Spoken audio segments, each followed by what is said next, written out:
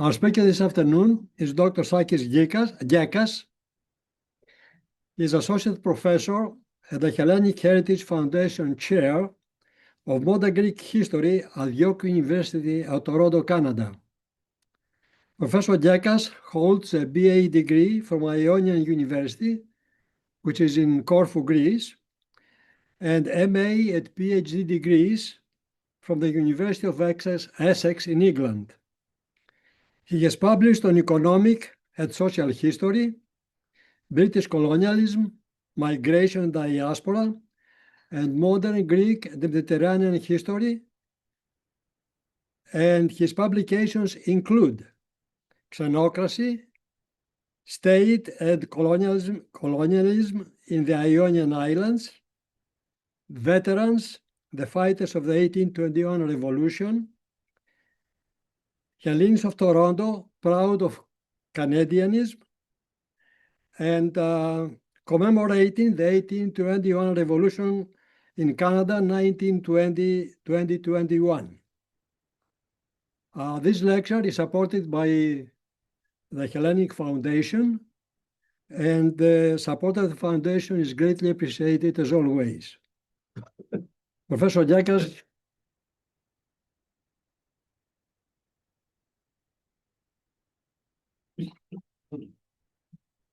Thank you very much. Good evening. It is a great pleasure to be with you. Thank you very much for the kind invitation and the hospitality to the Hellenic Foundation, and also to Kostas Janos specifically, and also to Stefanos for the technical support. It's a great pleasure to be here. I'm going to talk about what I promised to do and what you see on the screen. But before, let me tell you that it's also a great pleasure to be here, and we were talking about it with Kostas last night, that we have a lot in common as an association of Greek-Canadian academics in Toronto, similar to the Hellenic link that has been, I should congratulate you, now 40 years, right, since 1985. And we very much look forward to talking about how we can work and learn from together with you, and we can learn from what you have been doing. I also should mention that is as part of my mandate at the Hellenic Heritage Foundation Chair in Modern Greek History, we promote with a team of researchers the history of Greeks in Canada. And we have built an archives that consists of oral history, video interviews, collection of photographs, and other materials such as newspapers, for instance, written accounts, and pamphlets that document the history of Greeks in Canada, Toronto, but also more broadly in Canada, when we get the chance, for the last 100 to 120 years. It is something that I discovered after going to Toronto, but today I'm going to talk about, as promised, and as you can see, about something that I've been thinking for quite some time now, ever since I started in Corfu in the mid to late 90s, and then I follow up with graduate work in the early 2000s, focusing on the history of the Ionian state, this sort of particular states, or as was known, the United States of the Ionian Islands, as was an official name. As I often say, it is the other United States that no one knows about, unless you're really sort of specialist in this. So what I choose to talk today, after talking to Professor Dr. Janos, is the path to state formation that the Ionian Islands experienced and show as part of Greek history in general, and the transition from what was essentially a Venetian colony to British Protectorate. The questions that I would really like to ask and try to answer in the next half an hour or so is, who is a citizen of this 18th to 19th century transition? You can see here the Ionian Islands and the sort of map at the time in the late 16th century. You can see how relative was the depiction of geography at the time. And the Ionian Islands became this particular space But the questions I really want to ask is, what was the meaning of citizen in the 19th century as the islands experience and its peoples to experience this transition from Venetian colony to British protectorate to an independent, to part of an independent Greek kingdom? And how do we define these political identities? And perhaps how can they reveal this varied paths to state formation in the Greek world, as I will call it, in the 19th century? So I don't see, just to say from the start, that there's a standard narrative, and I'm sure you're all aware that the Greek state emerges out of the Greek Revolution of 1821, and then it follows this particular path towards independence and parliamentary democracy, with the abolition of the monarchy finally in 1974 and the integration to the European Union and other sort of more recent developments. The case of the Ionian Islands show that they have stood out for a very long time. I would say at least since the time of this famous map was published in the 1790s by Rigas Fereos, the great, of course, revolutionary thinker and activist, before he was arrested by the Austrian-Hungarians and killed by the Ottomans, because he was too subversive, too dangerous for what would follow later, much later on. Of course, Rigas had imagined this utopian state, as many historians call it. There would be a secular republic. There would be Greek that would encompass most people in the Balkans, and a territory that would extend from the sort of what we now call Western Balkans and the south all the way to Crete, Cyprus, you see, and of course many parts of Asia Minor of the Ottoman Empire. It was never to happen. It was too complicated or too contested as a state project to happen. But it's interesting that this is the grand vision of Rigas at the time. And I would say this is kind of the start of thinking about sort of alternative ways to state formation, what could have happened and what exactly did happen, and in between the case of the Ionian Islands as a state. Now, the Ionian Islands have stood out for a very long time as this non-Ottoman, non-revolutionized space that became part of the Greek state, as I said, only in 1864, several decades after the emergence of the Greek post-revolution, of course, kingdom. In the Venetian period, the islands were a kind of colony for the Venetian merchant empire, and by 1700, the Ionian Islands archipelago were the only important Venetian possessions left in the Adriatic, and indeed the Eastern Mediterranean, whereas in the past, Cyprus, Crete, and the Morea, the Peloponnese, until 1715, belonged to Venice, were controlled by Venice. So gradually there is a sort of takeover of these Venetian possessions of islands in the Mediterranean by the Ottoman Empire. And just to remind you, there's sort of 8 Venetian-Ottoman wars that raged between the 15th and the 18th century. So the case of the Ionian Islands transformation presents an interesting problem for the political history of Greece and the history of ideas for the region as a whole. The main transformation in the political sphere can be expressed as one from subject, suddito in Italian, to citizen, cittadino, as was named in Italian in the Ionian Islands. This was practiced in the abolition of hereditary types of social hegemony and control, and the emergence of a citizen that was a specifically defined right to participate in the management of the affairs of the state and benefit from them. This was basically the notion of citizen in the Venetian times.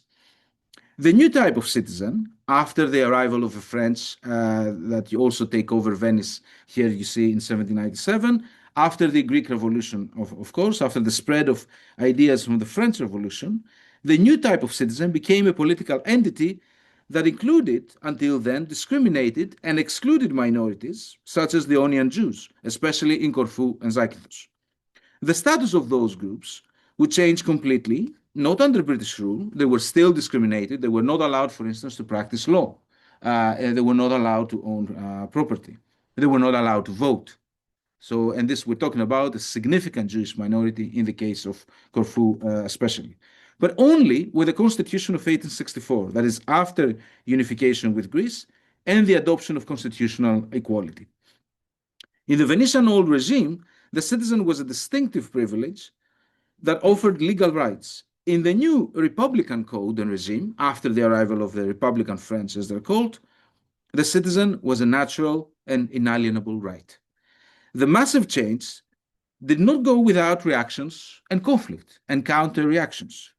The Russian takeover of this, under this, the unholy alliance of Russian and Ottoman emperors, brought a conservative backlash, especially in the Constitution of 1802, that included a return to the legal and economic set of rules of control of the city over the countryside, the administration of justice by the former elite families, those of citizens, the inability at the same time of these old social elites to accept and even to comprehend the new kind of state that was proposed and was forming after the arrival of the Republican French.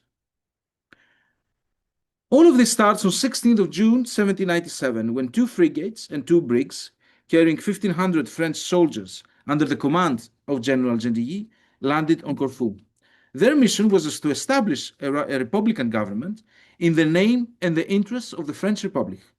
On October 17, 1797, the Republic of Venice expired with the Treaty of Campo Formio that Napoleon Bonaparte imposed on Austria, and the Ionian Islands, as the only possession left, with a few mainland possessions such as Butrinto, Vonica, and Parga, one of the most famous, of course, passed under French rule, Republican French rule.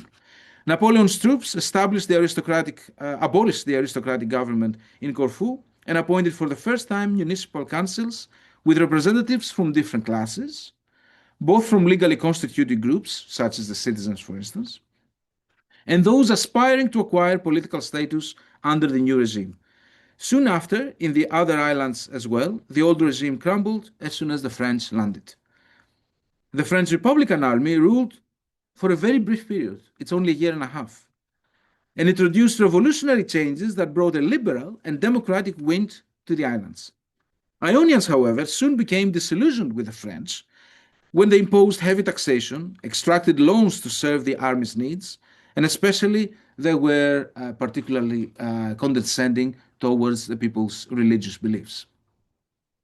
When the French arrested 30 grain importers from Corfu and kept them in prison for several days, their families yielded to French demands for more cash as new taxes added to existing ones. It's a very common occurrence that only this newcomer comes pledging new ideas and, of course, a new regime, but when the difficulties of the siege presented by the Russians, then there was this backlash. The reactions caused further reactions and social upheaval once the Russians took over. Conflicts simmering for decades erupted in several islands in 1800, in 1802, in Corfu, in Kefalonia, in Kythera, with particular and violent reactions. The burning of houses of local nobles, let's say aristocrats who were landowners or feudal holders of land, and the killing of some of them. These revolutions, as they contemporaries call them, and historians of the 19th century, all this takes place before and besides any developments in the Ottoman Greek space. If you were sort of living in the Peloponnese across the bay from Corfu, from Zakynthos and Kythera, you wouldn't be affected by this. And it's not even preparing yet for the revolution. The Philikete area, of course, would form much later in 1814 and grow and expand its membership only by 1819. This distinct history, as historians have noted, raised the issue of country or patrida for Ionians. What is the meaning of patria or patrida that people say? What do they mean by it when they say it at the time? The Ionian Islands, as a Ptanissa, as a political entity, was not the result of the Venetian period alone or even at all.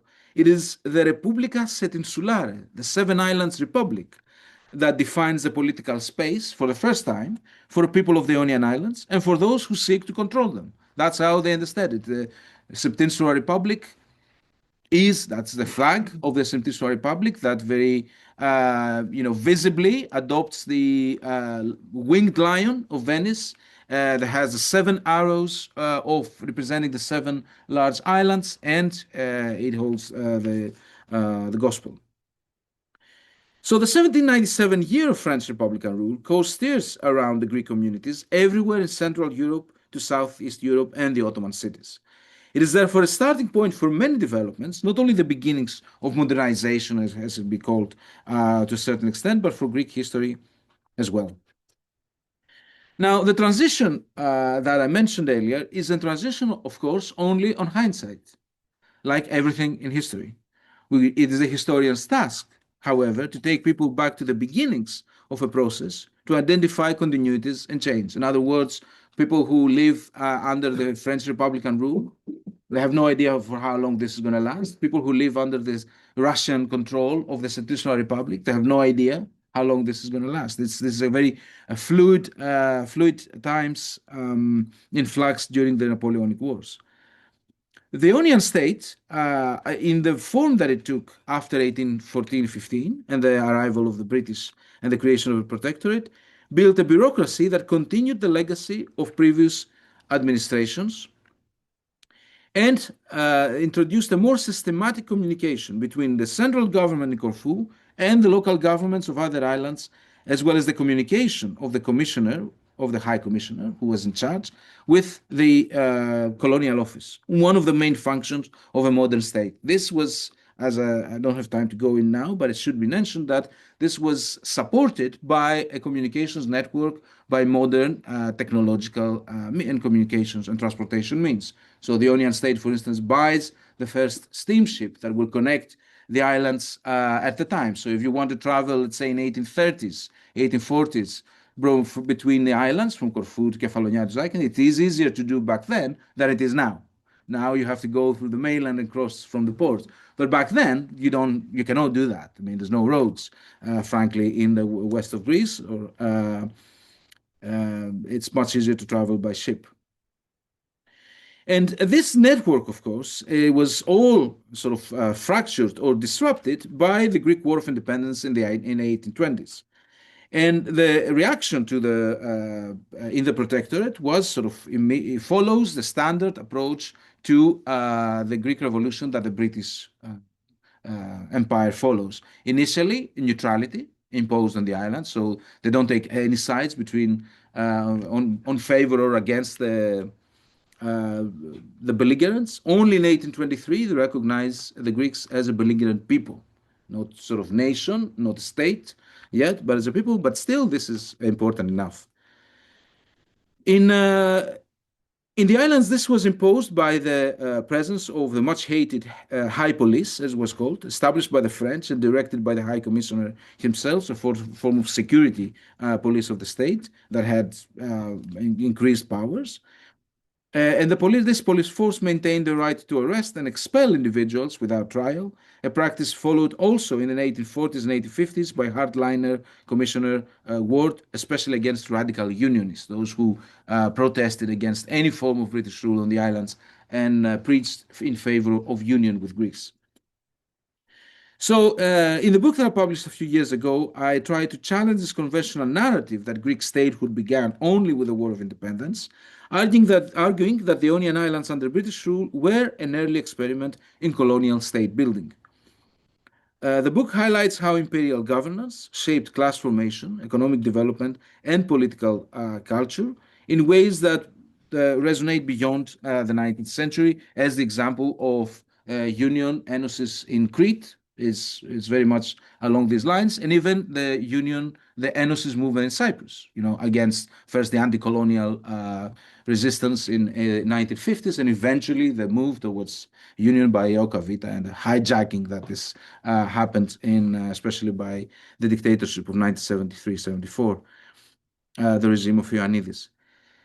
So some of the key points in the argument had to do with how the British and the Ionians, especially, that's one of the arguments in the book, that the Ionians are very well trained in the administration of the state.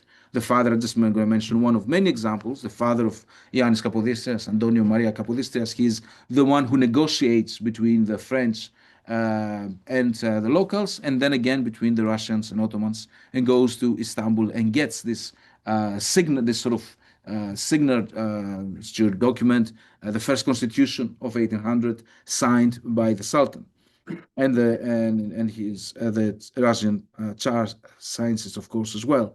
So they're very well trained. Kapodistrias himself, as a young man, is sent in 1804 to solve in 1804 to solve the local differences in Kefalonia. That's what he cuts his, administrative teeth, if you like, as a statesman. Something, of course, that would be augmented much later on by his service in the Russian Foreign Office and eventually as the first governor of Greece in the 1820s until his assassination in 1831.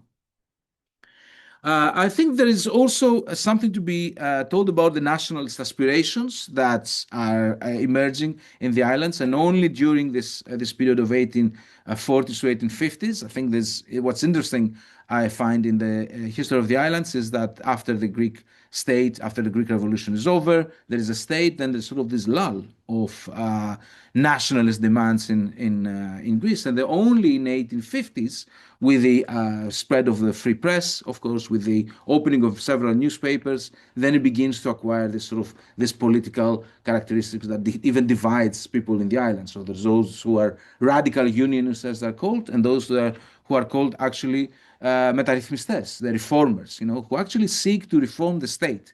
They note so much, they see the union of the islands with Greece as an end goal, but not as a primary target. The radical unionists have as absolute demand that the islands leave or break away from the British Empire as a protectorate and join Greece, the rest of the kingdom. So I think it's important to situate what we see in the islands within a broader framework of British imperial governance, drawing comparisons when it's important to do so, and having these developments that have to do with economic dependency and administrative centralization. That's what's one of the interesting things that happened in the islands at the time. So the islands were occupied first as a result of the islands' conquest during the Napoleonic Wars. That's the history briefly, and become part of the British Empire formally as a protectorate under the Treaty of Paris of 1815. So they have this other sort of diplomatic history as well that they're integrated in, they're part of than the rest of the country. From the 1840s onwards, a liberal class became hegemonic in politics, commerce, and the public sphere in general of Ionian cities.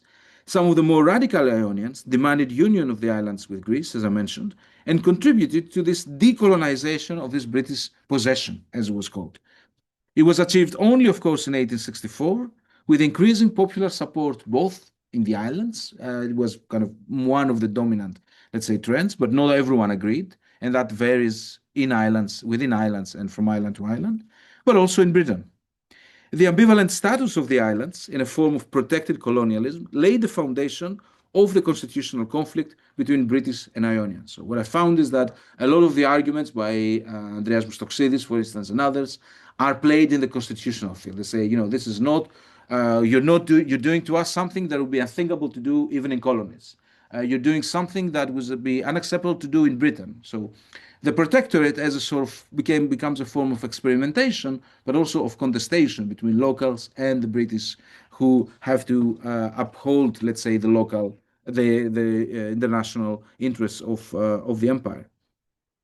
The modernizing attempts of British and Ionian officials created state institutions that failed in the end only because of deficits in public finances, conflicting interests among Ionians, and the oscillations of British colonial officials between autocratic and liberal forms of rule. So there is this transition, let's say, from those early and then eventually in the 1850s also much more tough British high commissioners, but also you have this more benevolent, let's say, local governors such as the one in Kefalonia in the 1820s, Charles James Napier.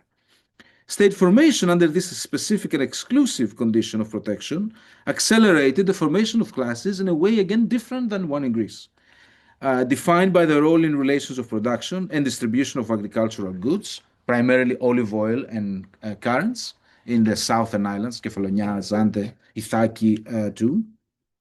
And as the 19th century, and by 1864, Ionians were more clearly divided according to social and economic status, involvement in politics, educational background, but also urban culture, such as represented in consumption patterns. So it's a much more complex and more stratified society that was ever there. More affluent, it's very difficult to tell. I would say generally yes, to the extent that these things could be measured for the 19th century, especially from 1800 to 1864. I would say yes, there's more affluence evident in consumption patterns as well, in the rebuilding of cities. Those of you, anyone from the Ionian Islands or who has been to Corfu?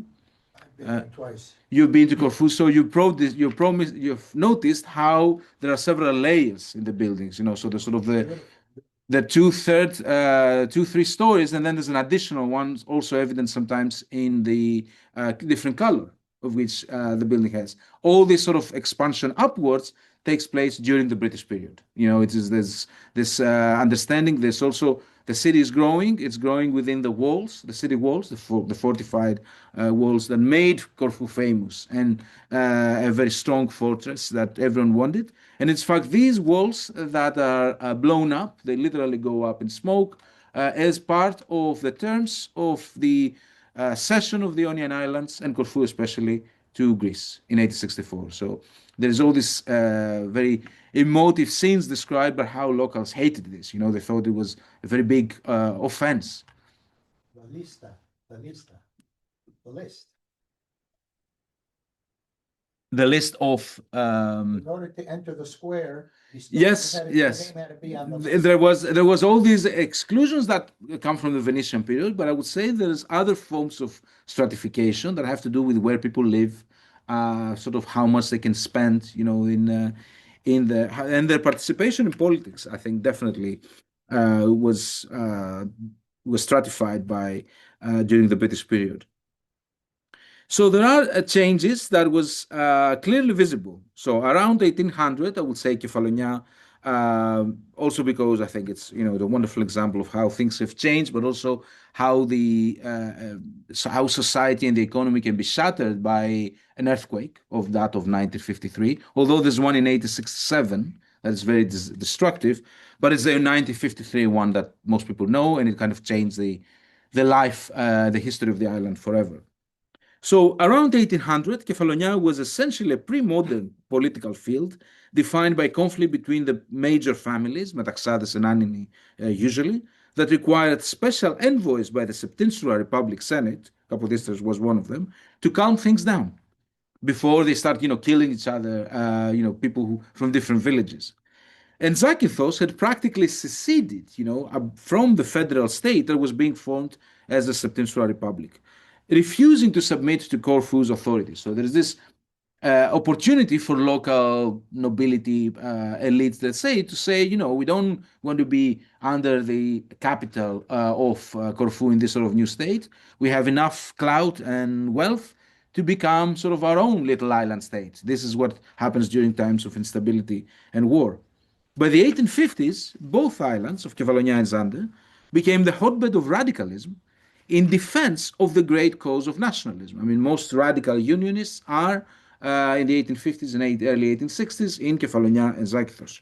This transition took place as members of some of the same families served in the Ionian state and became divided over very different issues from those of the previous century, sort of local differences. From 82 parliamentarians elected from Kefalonia during the period of the British Protectorate, 31 held important offices in the state administration, whether as senators or members of the government, members of the municipal council, or several positions as members of the judiciary. In the 19th century, new European states, and this is the example of Vesuliotis is very telling for how the Ionian state, both in the Septinsular Republic earlier version and then during the British period, is employing non-Ionians, foreigners, who are very good at what they do, fighting and to maintain public social order. And so there is this question, of course, what is the legacy of this sort of Western rule? What is the legacy that is left? And I mentioned a few examples in the case of the Kefalonia and Zakynthos as well. In the 19th century, new European states were being formed in conditions of dependence. The example of independent Greece in 1829-1830, after a prolonged war, is well known as the first successful nationalist revolution in Europe.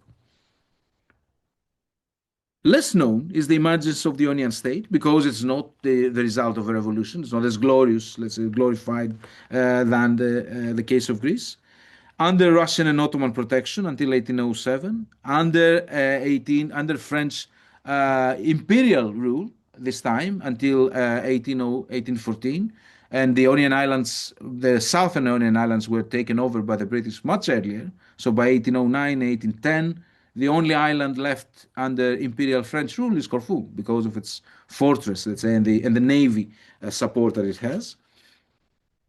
And it was under British control, formerly a protection, a very hybrid for the time, a new form of rule that bespeaks also of the British Empire ability to be much more flexible as an empire, adapting to local conditions. Colony where it has to be a protectorate where it suits purposes or international relations, a dominion as in the other cases, for instance, in Canada. In the white settler colonies, as are called Canada and Australia. There is also these United States of the Ionian Islands raise a number of issues of state formation under colonial rule in the region that I've come to discover. The new practices of organized control of the population in terms of legislation, police forces, bureaucratic organization did not create a state that was sort of all-powerful, omnipresent and rigid. Instead, the semi-colonial condition of the Ionian state allowed more space for experimentation, in good or bad terms, negotiation between the locals and their local regional holders. And mind you, but before the arrival of the steamship and the telegraph, people on the ground, British governors, let's say, not just in the Ionian Islands, first decide and then inform. Otherwise it takes months for letters to arrive to London, to the colonial office or to the war office and the foreign office, and then be dealt with and the dispatch be sent back to Corfu. So people have to decide very much locally. They have a lot of power, more than we tend to think sometimes. So this was a liberal colonial state, as the British and locals proclaimed, that was to have enough mechanisms and regulation in place for the practice of government to exist independently of the officials responsible for its implementation. That was the idea. But of course, this is one of the main contradictions of colonialism. You train people to administer themselves, and then before too long, many of them would claim independence. An Ionian bureaucracy would put in place, and in fact, this is what many of these people were, bureaucrats, that inherited the Venetian period's culture of state administration and continued a tradition of state formation that started in the early 1800s following the French Republican interlude to break and the Septentrional Republic. Projects of collecting and organizing information and generating what is called colonial knowledge were introduced by the British as well as by Ionian state officials. I think that's important to recognize their role in it. So the importance of Ionian social intellectual life for the development of the Greek state after unification was celebrated accordingly in a first demonstration of national pride. Ionian societies and their distinct formations, similar to those of Western Europe, are supposed to have brought clear and exact social formations to the then vague and uninformed conditions of Greek society. The first Ionian delegates in 1864, 84 new ones that joined the Greek parliament, expressed their enthusiasm, pride, and ambition that to quote historian, liberation of the Heptanissos will be the beginning of the regeneration of the whole Orient. This is the ambitious project. I mean, they're very much in favor of the great idea, especially with the exception of very few ones. And Greek state officials, dignitaries, and delegates acknowledged the crucial role Ionians played in what they called preserving Greek language, culture, history, and religious traditions. Ionians contributed to the political culture of Athens in novel and indeed radical ways, originating in the organized and structured form that gave rise to the first parties in Greek and Ionian specifically politics. It was at this moment, I sort of digress obviously from the sort of standard approach of the Russian, French, and English party that John Petropoulos has argued for a very long time ago. I think there was parties around sort of the influence that the French, British, and Russian ambassador could exert on the king we're talking about parties of principles, principles that are more recognizable, let's say, similar to the 19th century political system. It was at this moment of the first encounter between Ionian and Greek delegates in 1864 that some Ionians declared that ideological roots in political liberalism, the principles of the French Revolution, the Enlightenment, and the radical liberal movements in Italy and elsewhere in Europe only a few years ago, before that in 1848. The political realities of Ionian and Greek history are absent from debates on democratization and liberalization in Greece, with very few examples only recently. Whatever debate there is has been dominated by discussions regarding the country's history in the last 40 years, following the end of the dictatorship until the recent crisis. The beginnings of liberal democracy in Greece and of the modern state are to be found not only in the post-revolution, post-Ottoman Bavarian-ruled Greece, for a few years at least, but especially in the Ionian Protectorate, despite the conditions of protection and British colonialism. So what happened to all this legacy? The story of Ionian politicians, liberal officers and government employees, university professors, artists and intellectuals following unification remains to be written. Some of the key liberal ideas and themes in the history of Ionian society and later in Greek society, modernity, progress, reform, constitutional rule, were to be found in the main tenets of Ionian liberalism as it develops from the 1830s, 1840s. Despite the regime of protection and colonialism, Ionian liberals and proponents of liberal democracy, within its limits, that caused splits among the reformists and radicals in the Ionian assembly and political world, were unable to use their experience once they transferred their seat of power from Corfu to Athens. The great opportunity for Greece to become a liberal democracy and not a constitutional monarchy, based exclusively on parliamentary politics and not the powers of the monarch, that Harilaos Trikoupis would challenge only in the 1870s onwards, was lost at that moment. It lost significant ground and was subsequently abandoned.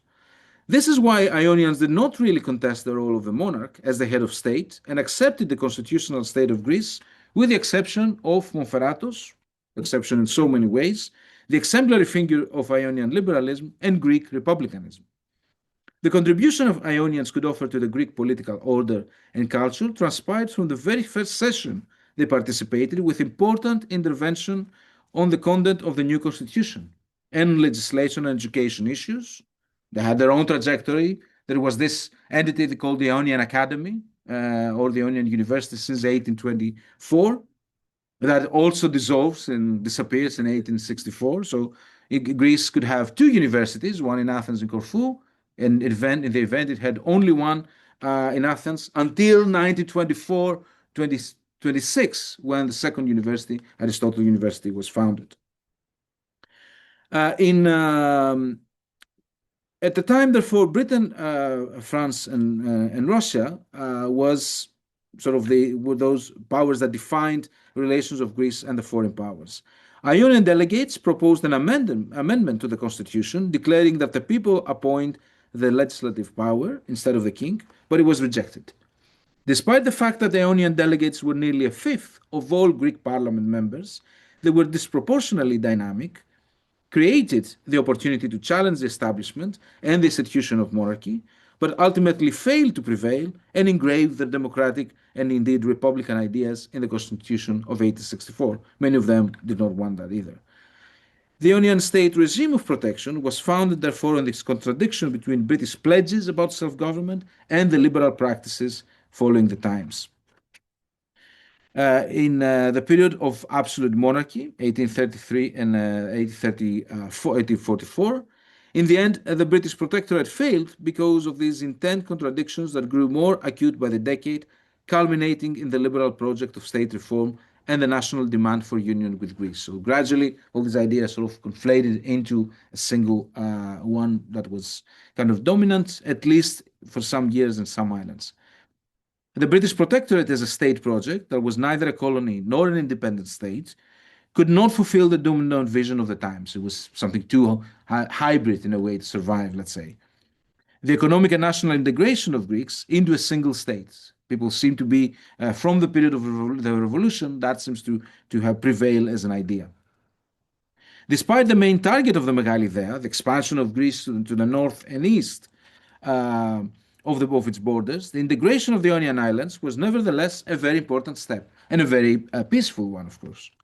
The reason this chapter of Greek history has not received, or now more and more receives, the recognition and analysis that it deserves is because there was no revolution, as the glamorous and glorified 1821 landmark that dominates national historical consciousness, or the Balkan Wars of 1812-13, equally dramatic, of course, that saw the sacrifice of thousands of Greeks in the name of territorial expansion and fulfillment of the megalithea. And I should say, here in Chicago, also true about Toronto, for instance, that there are thousands of Greeks who went back to fight in the Balkan Wars with the Greek army, to the extent that some historians calculate that up to 30 to 40% of the troops were comprised of migrants who went back to fight. So it's extraordinary contribution, let's say, and this is the reason why it has often been called the first national war for Greece. The legacy of the British rule of the Ionian Islands in Greece resonates in the present through tourism and popular culture that foster the island's post-colonial condition. I mean, there's sort of an argument about how long does this post-colonial condition last. I mean, it's already been 160 years since unification. You know, how far can you keep calling it a post-colonial condition? And then there's sort of this almost quaint ideas about, you know, the British legacy. So kumquat is, you know, you can buy it, and that's because of the British presence. It's the only place in Greece they play cricket. The brass bands are the result of this sort of tradition of the philharmonic orchestras of the British brass band, and so on. But this, I mean, these are sort of less important. This unusual case of British colonialism demonstrates an inherent colonial contradiction in the field of government. In the piecemeal transformation of the Ionian economy, that the British, for instance, never went into the thorny issue of land ownership. For instance, although at the same time they created this novel Ionian Bank, that you may or may not have heard, but it starts as a direct copy of the charter of the Bank of New Brunswick, when the then governor Howard Douglas, former governor of New Brunswick in Canada, in what was then British Empire, of course, is transferred to Corfu and finds it particularly important to take with him the copy of the charter of the Bank of New Brunswick, which becomes the first charter of the Ionian Bank. Eventually it changes, but it is an interesting example of transfer of these sort of institutions. So this particular case of British colonial protected rule predated the subsequent history of British colonialism elsewhere in the Mediterranean, in Cyprus, for instance, Egypt to a certain extent, with equally contradictory or catastrophic results. In Greece, of course, the Ionian Islands served as the catalyst for the extension of British influence from Corfu to Athens. People in 1864 talk about it. They say, you know, we want something more than the seat of power to be transferred from Corfu to Athens. It was not to be. I mean, the king, the monarchy, becomes sort of this main institution of British influence in Greece until at least the 1947 transfer of power and responsibility from the British to the United States. So these colonial conditions and the post-colonial British-Greek relations can explain the often self-imposed identity of Greece as a colony. People talked about it even recently. That today or recently is again dominating discussions about the country's present and its future. So the process of transition, let's here you can see some of the most sort of interesting visually too, the flag of the Ionian state, of the British Protectorate, that very accurately and honestly represents both traditions, the British colonial imperial tradition, let's say, and the former flag of the Ionian, of the Septinsular Republic. You can see also the emblem of the sort of the federal state, because that's what it is. It is a federal and federated state. Every island is technically a state, one of the 7 islands. And there is this cultural sort of impact that has is still to a certain extent there in architecture, as I mentioned earlier, sort of cultural and intellectual contributions. But the history of some of the islands changed substantially, as I said, with the 1953 catastrophic earthquake. I mean, we can only imagine and have some images of what Argostoli, Lixouri, Zakynthos looked like. And in the case of Zakynthos, we have no documents for the period before 1953 on the island because the records office burned down after the earthquake. There was this catastrophic fire. So to conclude, gradually, my interesting, also provocative question is, what happens to a state when it dies? Because this is a case of a state dissolution, let's say, and assimilation legislation, as the contemporaries at the time in the laws that follow from 1864 all the way until 1874, they say the state the Ionian state, was without reason of existence. Δεν έχει λόγο υπάρξεως, as they said in Greek. So this process of state transition, let's say, and assimilation aimed to guarantee participation in the 1865 elections, that would be equal and fair. So this is the main object of Special Envoy Thrasivoulos Zaimis, who is sent to Corfu to oversee this process, stays for a few months, documents this very, very meticulously, and it's all in the archives in Corfu. And in the end, as I mentioned, the Ionian deputies represented approximately 25% of the deputies of the new assembly of 1865, which corresponds very closely to the 228,000 people. This is the estimated number of people who lived in the Ionian Islands in 1864, about a quarter of the country's expanded population after unification. In the end, I would say it was more of an assimilation. It was not so much of a unification, united. We say enosis, the union of the island with Greece. But as it emerges already in many laws, it is aphomeosis. It is assimilation that happens, not least in the issue of the church, because it has a distinct history, the church in the Ionian Islands and the Church of Greece, especially as a national church after the revolution. So just also to give you a sense of what Corfu looks like in 1850s and early 1860s, I was very fortunate to discover some of the first photos, probably the first photographs of Corfu we have by a British officer called Shakespeare, no relation to the famous author, but he was there with his camera, one of the first to arrive probably in Corfu, and took these photos that you could probably recognize until today, which is amazing. And there's only a few places in Greece so you could do that. Nafplio is probably one of them, Hydra perhaps, a few other places, but definitely in Corfu. You can see, for instance, how their time and war has erased these issues. You can see the building here, it still stands, but this one, the first closed market of Corfu, typical of many closed markets of organizing trade and petty trade and commerce in general in the islands, and for cleanliness, price regulation and control, was bombed during the Second World War. Especially, I think, by the Germans when the Italians surrendered in September 1943. The islands of Kefalonia, but also Corfu, was heavily bombed. And many of the buildings were destroyed, including many in the Jewish district, which is just right to the right of the closed market.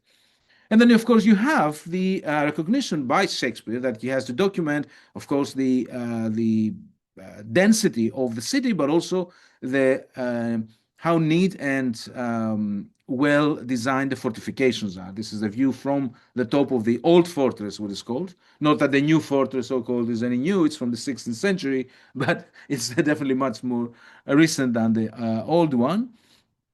And therefore, I would say the Ionian Islands and the Ionian nation, as people called it at the time, and provocatively also for some of us, it is a product of revolution. It is empire. It is this transition that happens from imperial allegiance that people have from Venice to even to the British empire to national consciousness. So this is one of the most important transitions. I think that happens also in the case of the case of Greece post-revolution. Many people have a lot to lose. Put it bluntly, they decide not to join the revolutionary ranks and army until fairly late. As especially people like Armatoli in Rumeli. But the British involvement ranged from impossible neutrality to a controlled engagement. This was the aim for many of them. And I think broadly it is, as I mentioned in the title, also it is this Ionian Islands path to not just generally to modernity. Sure, there's one of that as well, but specifically to state formation and the importance it has for modern Greek history. So let me conclude with that. By saying that Greek people generally like to talk about their state. We sort of mostly negatively. It's sort of the state is this, is that, doesn't function, it's corrupt, and also. But there are, I think, many open issues, and it's a question for me: how much do people know about the history of the state? And if I may, I would like to anticipate also often the question that is often raised about the proclivity of Greeks to avoid taxation, and that is the Ottoman rule period that is responsible and is to blame. And I would say that this is not the case, and the origins of this practice, if it happens to the extent that it happens in Greece, are to be found in the 20th century, not in the 18th or 19th century. So the Greek state, especially in the post-2008 period, and the crisis, of course, that ushered this period in, and the catastrophic consequences, has received a disproportionate to the size and impact of the country around the world, and a harsh amount of criticism. It is more astonishing than that some of the most stereotypical views about the origins, emergence, and performance, let's say, of the Greek state continue to dominate the debate and even shape public opinion rather misleadingly. It is telling that, with the exception of something that we've started recently with two colleagues, Michalis Sotiropoulos and Giorgos Kalpadakis, there are no current projects on the history of the state from the period of the revolution to the recent past. Only fragmented studies that increased thanks to the bicentennial anniversary of the Greek Revolution in 2021. So there were many people who rightly asked the question, okay, what kind of state do we live in? How has it evolved? When does it start? During the revolution. And many people have revisited the idea that the Greek state starts in 1830 after independence, and they say it is during the revolution and from very early on that you have the seeds of the state later on. Look at the Constitution of 1822, for instance, that the first National Assembly passed. This happens during the revolution. Few historians have stressed, however, the need for a history of the state as the history of administration and bureaucracy, and this is what we're missing. The project that I'm talking about verges beyond the institutional history and seeks to reveal the ways in which laws, decrees, decision-making, state expansion overall, included members of the administration, was understood, interpreted, and applied, forging relations between people and how those in power perceived the text that they created and that established the rules in which society was supposed to function. Concludingly, I would argue for a more nuanced approach to the formation of the Greek state, whether on the issue of sovereignty, also discussed widely, the formation, especially after sort of the loans that have, now Greece has depended on, the formation of a national economy that saw the sectors of these two states merging, or the liberal ideas that provided the intellectual foundations of the modern Greek state. The formation of a national economy, for example, required the merging of two quite distinct economic trajectories with different land tenures, but similar cash crops. I mean, currants, raisins is the dominant export crop of Greece for most of the 19th century. And you can have doubts about the vitality of an economy that is based on dried grapes. The moment of transition, therefore, of 1864 reveals some of the ways in which this rare moment in state formation, when one state was merged and incorporated by another. The federal structure of the Ionian Islands state made the transition even more complex. Last but not least, the constitutional and more broadly political transformation, as they were defined by these two moments of revolt against the monarch in 1843, the first constitutional challenge to the monarch, in 1862, the final ousting of King Otto and Amalia, are examined in conjunction with the gradual legitimacy Greece acquired as an independent sovereign. It takes time for Greece to establish in its independent sovereignty, let's say. Just to remind you, the title of the book, the very famous book by Kostas Kostis, τα κακομαθημένα παιδιά της ιστορίας, the spoiled children of history, that was mentioned by the French ambassador during the Crimean War, signifying exactly the sort of attitude of Greeks as spoiled children, that, you know, we gave you a state and look how you're repaying us now by siding with the Russians, instead of, you know, of standing neutral. There was territory and revenue gained in 1864, for sure, a rich architectural and cultural tradition, but there was a lot that was lost in the ways the state was run and local and federal issues that were being resolved. Today, all the more, Greece is moving towards a regional administration, although 160 years ago, the only federal state in Greek history was dissolved in the name of national unification. Thank you very much.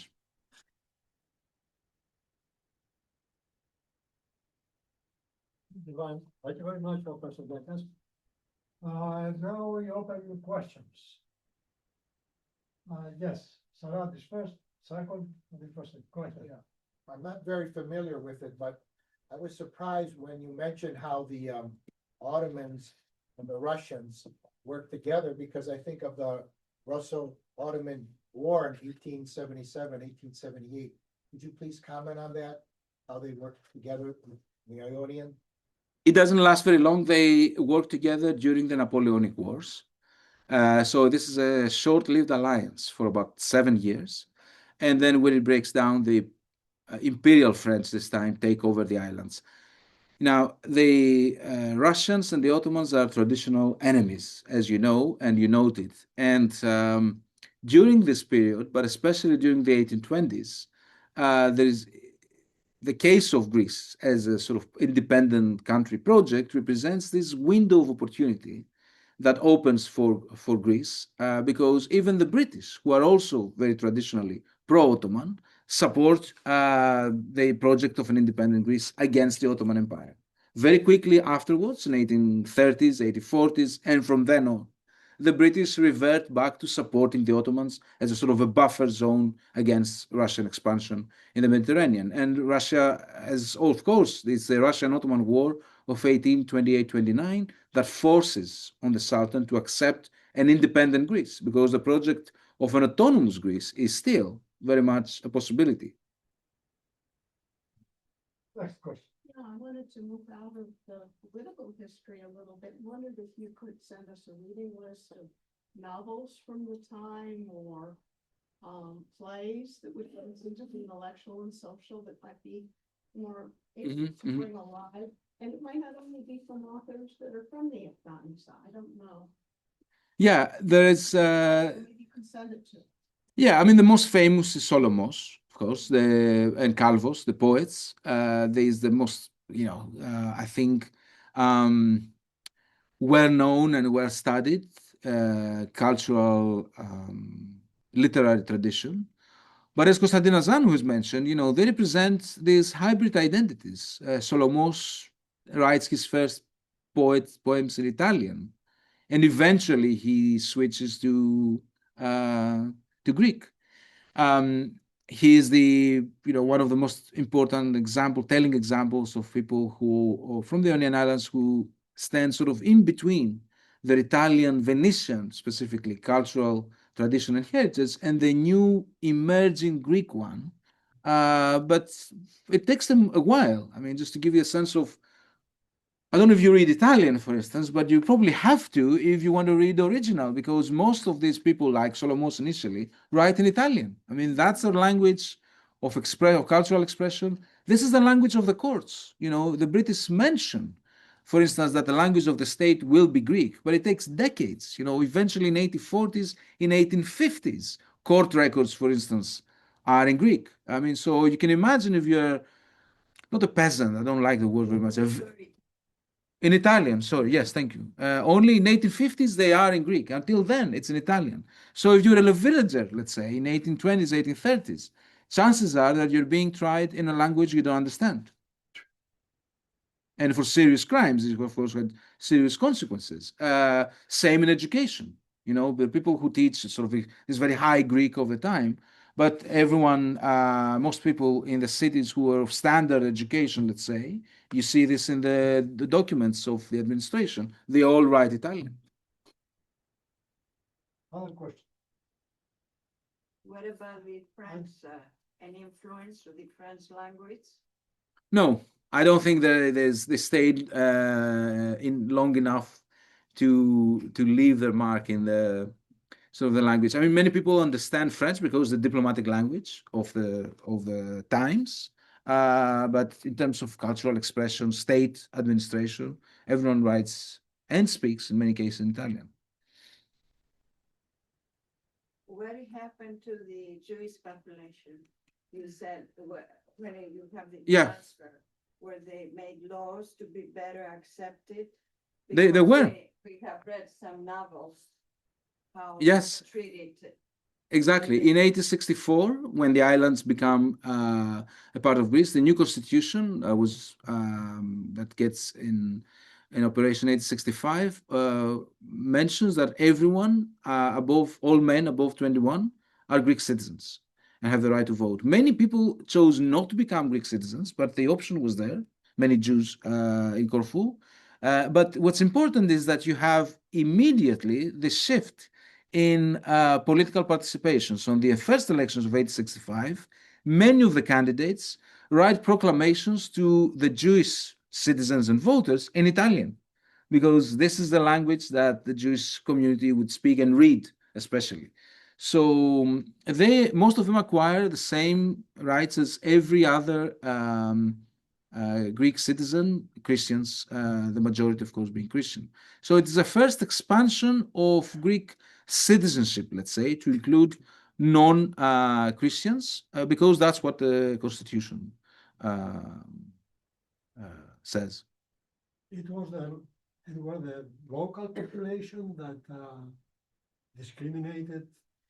It was the Jews, or it was the Venetians or the Right. powers above them? Well, there's the Venetians are generally tolerant. I would say most people. It is the main transformation, as I mentioned at the beginning, happens with the Republican French that abolish those distinctions. Then they come back because there's this conservative backlash, and eventually The side of the Greeks, of the islands. of the Russian Ottoman, the Septinsular Republic. You know, they are not as progressive, let's say, in the reforms as the Republican French were.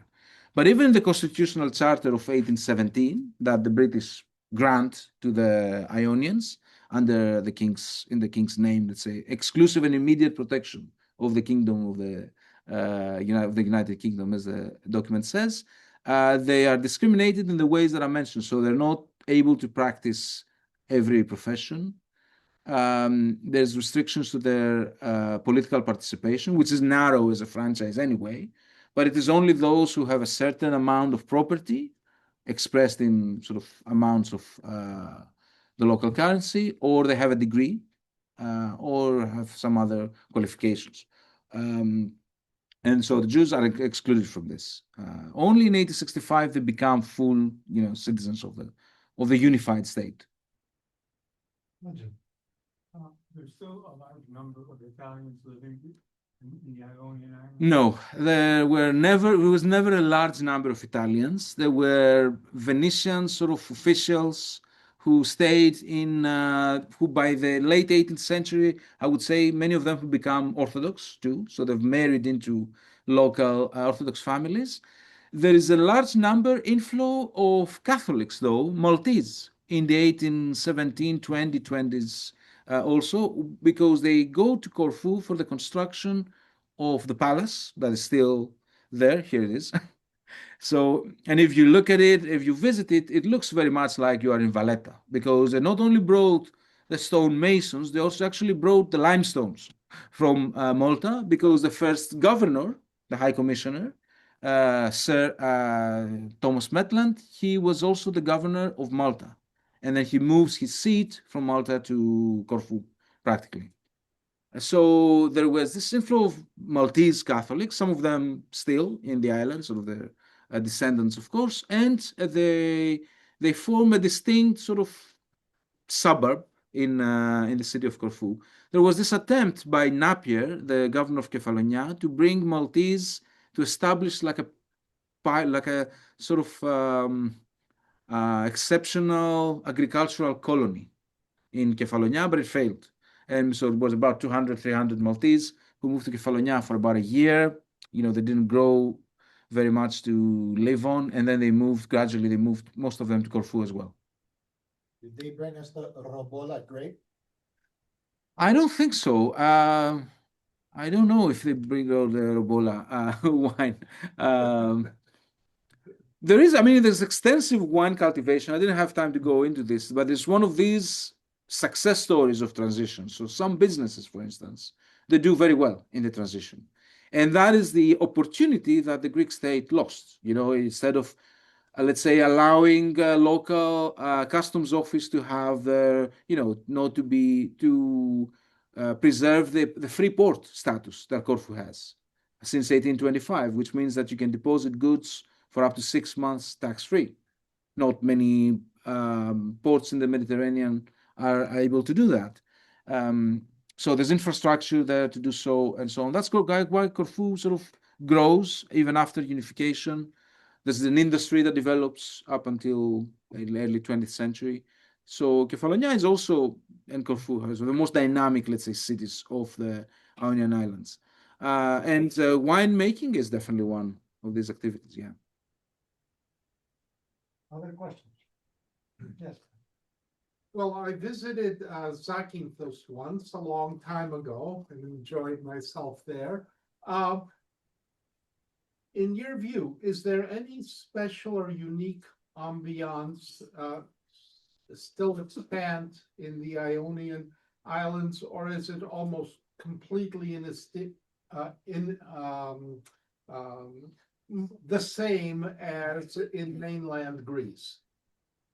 No, there is still a distinct culture. Now, of course, it's also celebrated. There's because of tourism, because of the strong cultural print that the centuries of, as I said, it's called often foreign rule, But I think this kind of misses the point a little bit. Because, as I mentioned repeatedly, most of the rule is not foreign, it's the locals, there's sort of this very clear stratification in terms of the islands, what locals like to call aristocracy, but the nobility. But actually, the Venetians never recognized them as nobility.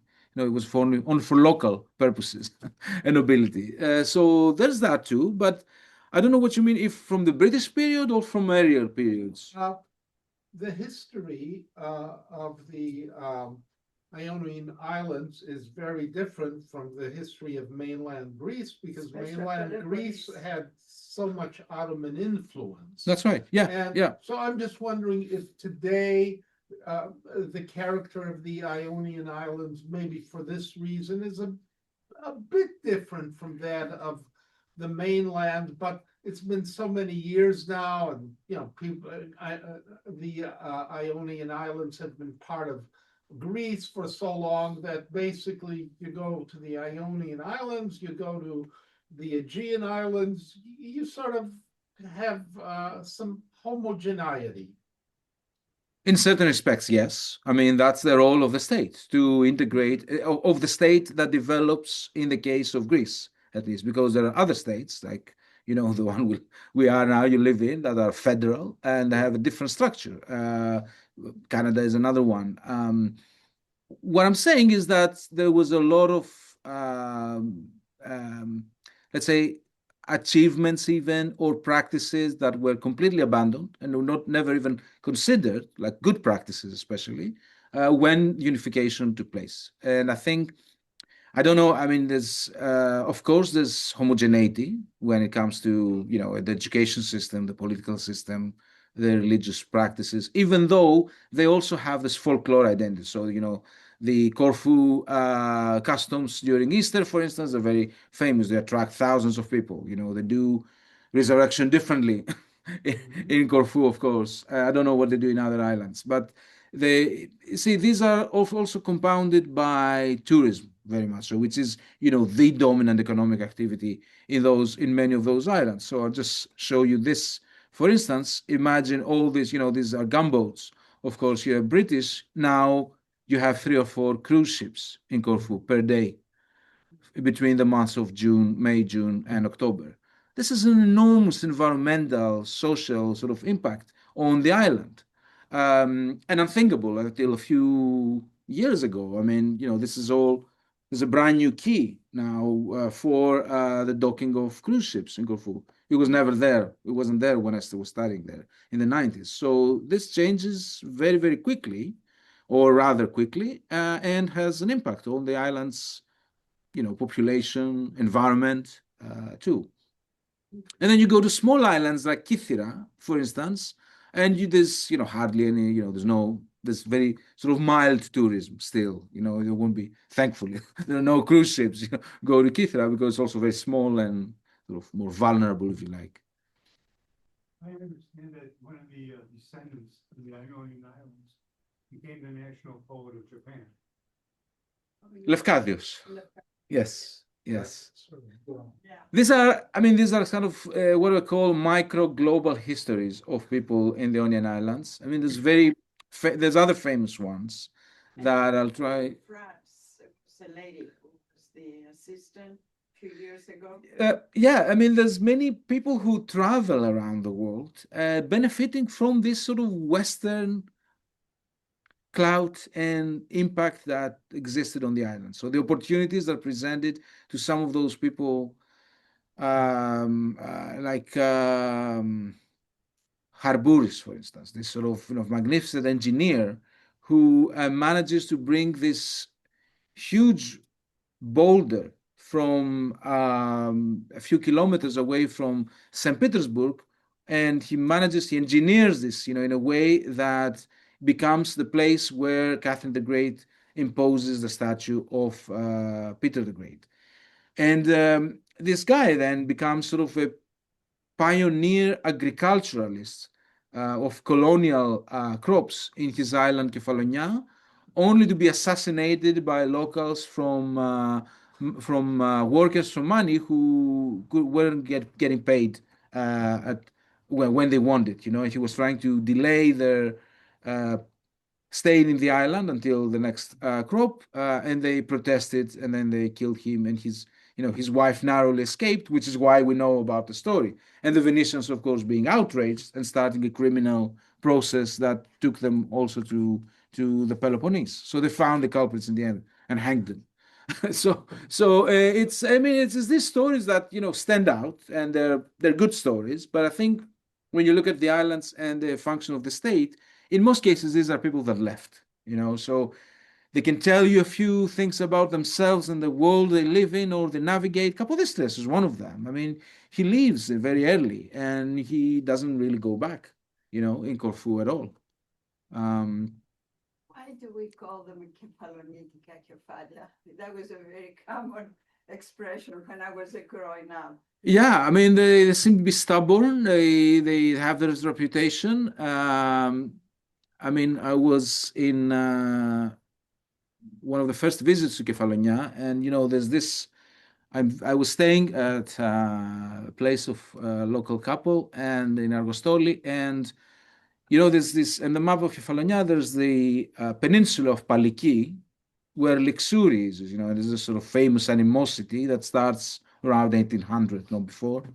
And he had this magnet of the map of Kefalonia, but the peninsula of Paliki had been ripped out. I told him, "What is this?" He said, "I don't even want to see it on the map." And this is a guy from Argostoli who is, for those of you who haven't been, it's across the bay from Lixouri. This is talking about this obviously exaggerated mindset, but I think there were intense local differences for very long that eventually the history of the state, whether Ionian state or the Greek national state, alleviates, and they live happily or less happily ever after, but they kind of have to. I had a question why there were so many British tourists in Corfu. Was that because it was a protectorate colony, whatever Yeah, it was, so they feel some kind of affiliation? Or I think there's some of that. I think, yeah, there's different factors. There's this sort of cultural, let's say, footprint and the legacy of this period of rule. But I think a lot of it is engineered and manufactured by locals. So the first cricket team in Corfu was created in 1870s and 1880s, so a good almost 20 years after the British have left. So there's sort of this, I don't know, nostalgia there. And there is some of that still, but I think when it comes to tourism, which of course is a mass practice and phenomenon, it has to do with a lot, perhaps, with the fact that the first, modern travel agent is Thomas Cook, from Britain, who was organizing traveling in 1850s onwards. In Corfu and Cyprus, because both you don't see that many in other parts of Greece. No, that's true. That's true. There's a legacy. I mean, in Cyprus, it was until 1960 that the island was a colony, and there was still, heavy British involvement with the two naval Air Force bases in the island. But I think it has to do with these sort of legacies or reputations that the island, but it also has to do with what the tourism industry develops in those islands, sort of, like almost have party islands, villages, catering to specific clientele. Flights also. Yes, they are, yeah, international airports. Hundreds, hundreds every summer, yeah, for sure, from different airports as well, yeah, but also to Kefalonia and to Zakynthos. So it's not just Corfu, and now to many other places. I think, people like Lawrence Darrell played a role, in the famous My Family and Other Animals story of him visiting, staying for a long time in the 1930s in Corfu. So there's lots of factors that contributed. Many British, they have lots of problems. There's that too, yeah. In Corfu too. They play a very adverse role in the Greek shipbuilders versus Turkish. Yeah. Because sometimes these property owners, the British, protect their own interests, they side the Turkish side. That's true. So probably that's another reason that they go mainly to Cyprus, because they have established interests there. Yeah, that's true. That's true. But I think there's also different ways in which, the tourism industry, as I mentioned, the cruise ships now industry is changing these places very, very fast, and sort of forces or recreates these networks of tourism. Was Capodistria from Corfu, or was he From Corfu.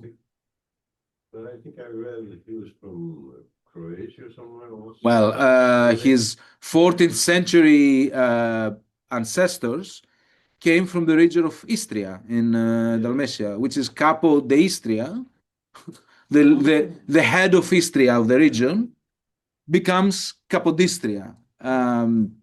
And I think in Nafplio, for instance, across the entrance to the church that he was assassinated, only in 2021, I think, the Slovenian embassy put a plaque commemorating Capodistrias of having de facto Slovenian ancestry in a sort of cultural appropriation that I think is very inappropriate. Because back in the 14th century, I think, when the ancestors of Capodistria moved from that part of the Venetian Empire to Corfu, there was no Slovenia. So for the Slovenian embassy now to put a plaque across the entrance from Agios Spiridonas, in front of the old... I have not seen it. You should say next time you go there, it's quite telling, and I would say sort of quite wrong. So in other words, blood-wise, Capodistrias is from some part of the Balkans. From Istria, although blood-wise, I mean, after 6 centuries, I don't know what blood we're talking about. But that was an ancient Greek colony. Mistake. But perhaps many places were. Exactly. Yeah, many places were. That's a question. Of course. Cities which was just the city managed so long to have these wars with the Ottoman Empire, a big empire, and hold the Ionian Islands. I've been still a very small entity compared to the Ottoman Empire. Well, three words: trade, trade, and trade. Sure, sure, sure. Who So was merchants. They were mercenaries, all of them, a majority of them.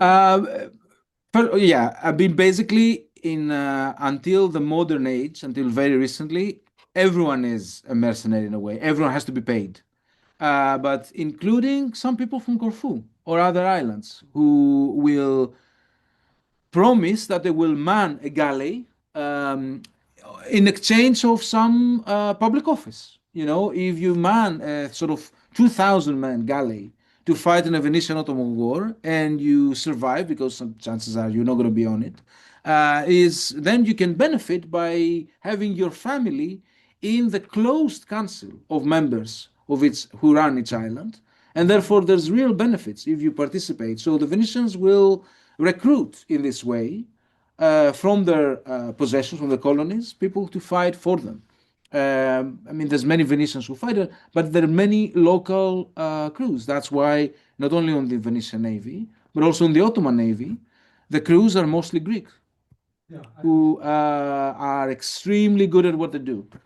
And that's why it's also this, lack of manpower when the Greek Revolution breaks out. So, all the Ottoman galleys are suddenly without the crews because people, if they get the chance, they'll go back to their island or their coastal town to fight for the Greek Navy when they get paid. Because the Greek Navy, the Greek merchant fleet is converts it into, there was no Greek, Navy, so it has to convert.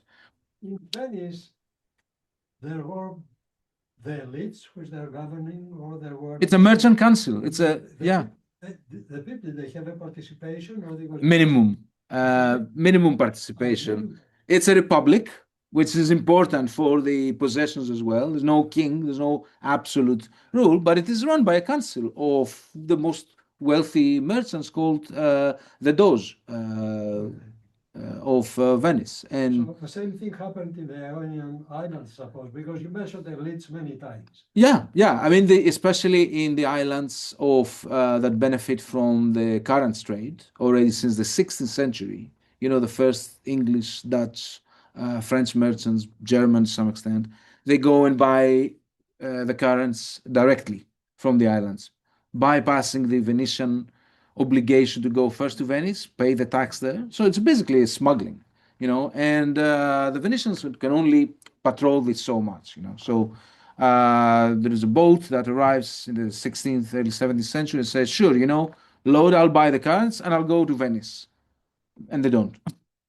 You just fly, they just sail away to their destination. So, but this leaves a lot of money in the local islands, and the locals emerge very powerful. And the Venetians, of course, tax this to the extent they can, because all taxation is through ports. Back then, it's imports and export duties. That's where states get the revenue from. So there's only so much they can do, but the locals, they have privileges because of this trade that they do. In Corfu, it's mostly olive oil and other goods, but mostly oil. And the Venetians you mentioned how they managed to keep this role. They have this, I don't want to go into too many details, of course, but they have this network of fortified locations, whether on islands or on coastal, Methoni, Koroni, Nafplio, for instance. They are this Venetian strongholds. Exactly, yeah. The city of Heraklion, for instance. It took 20 years for the Ottomans to break the siege of Gkekas, Candia. Yeah. Yes. I'm no great historian, but I will confess I finally read Thucydides' Peloponnesian history recently.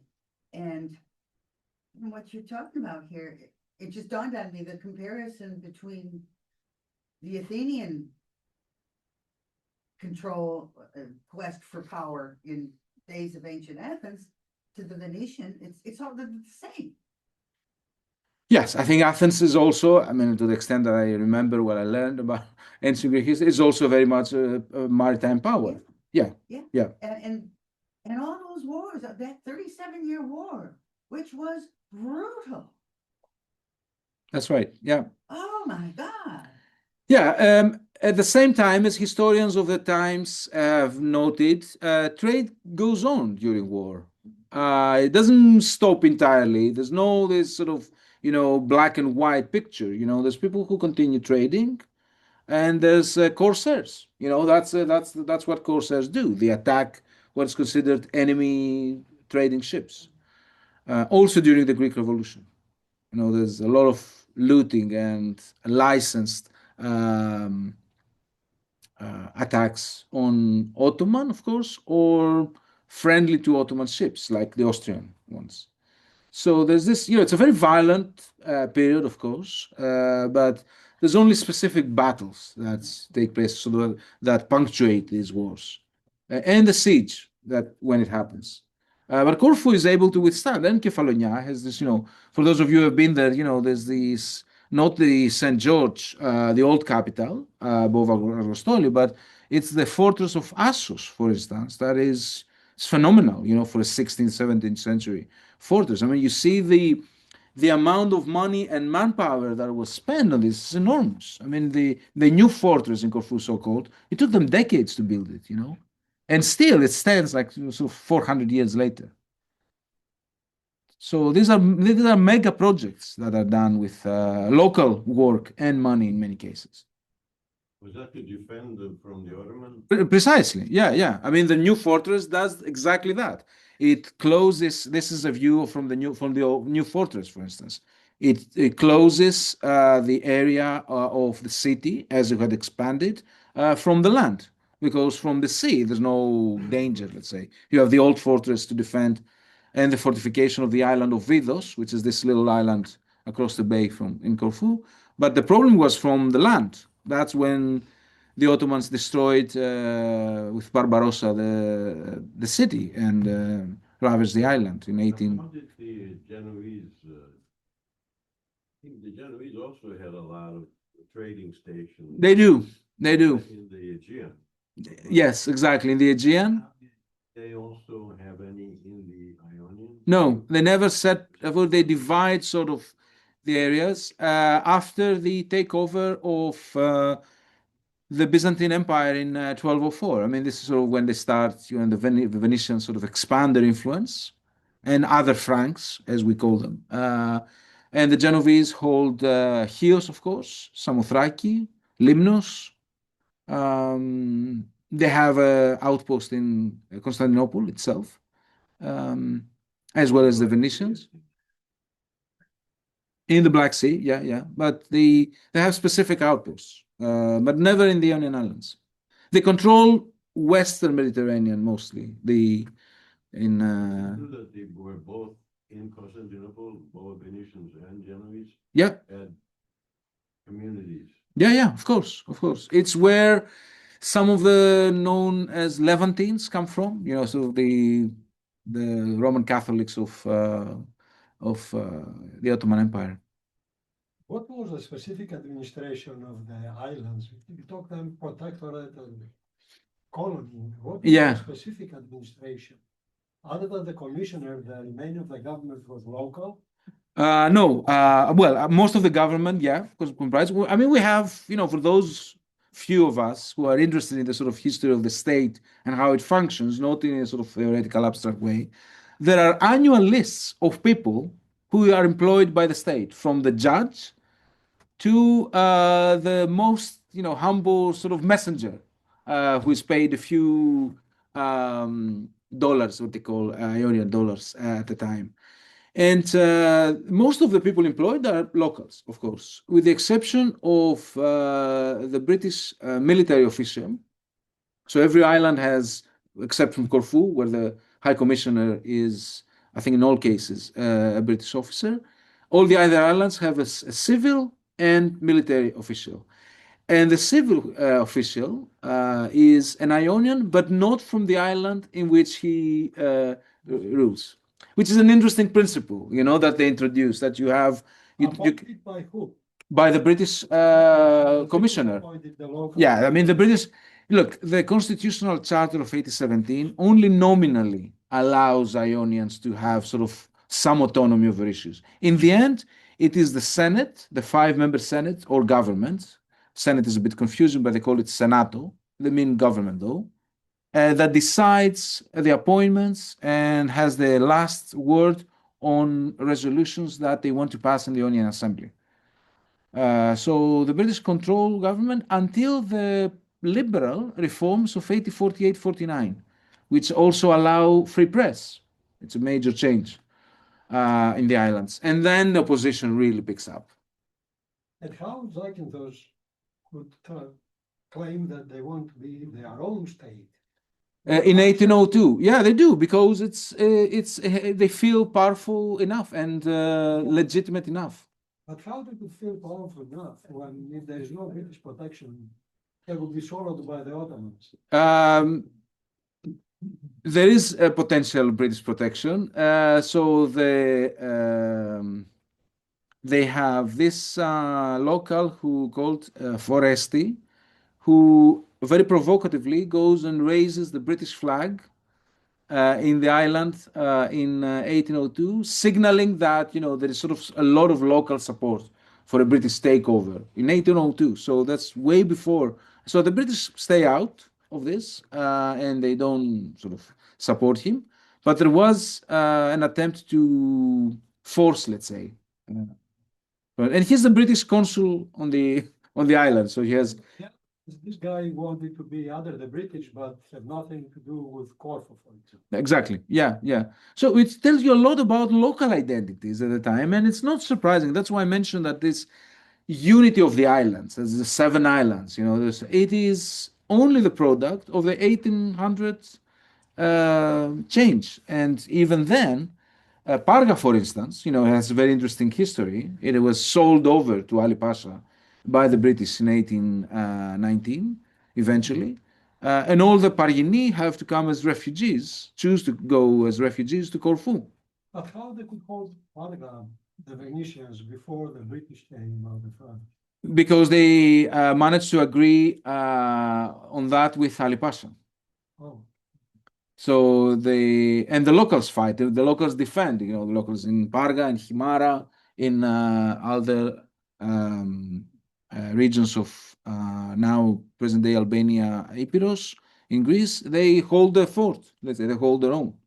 But they report to the Venetians. I mean, they also have intense relations, many Pargini own land in Paxos, for instance, which is fairly close.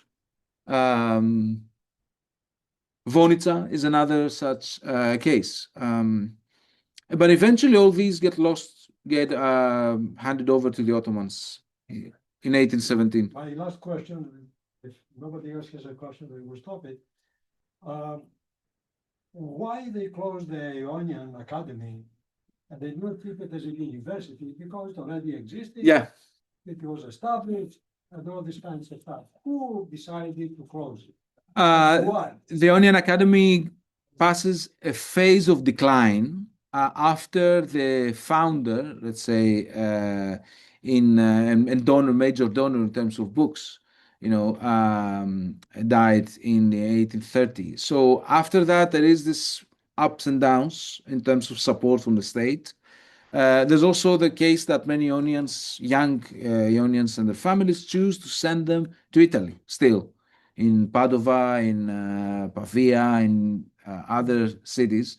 So the university has only a few departments, schools, let's say what they called then. It closed. It is difficult to sustain, to maintain. It by itself. Yeah, I mean, it's sort of it doesn't have the clout that it had originally because it never really got the support that it needed, throughout this period.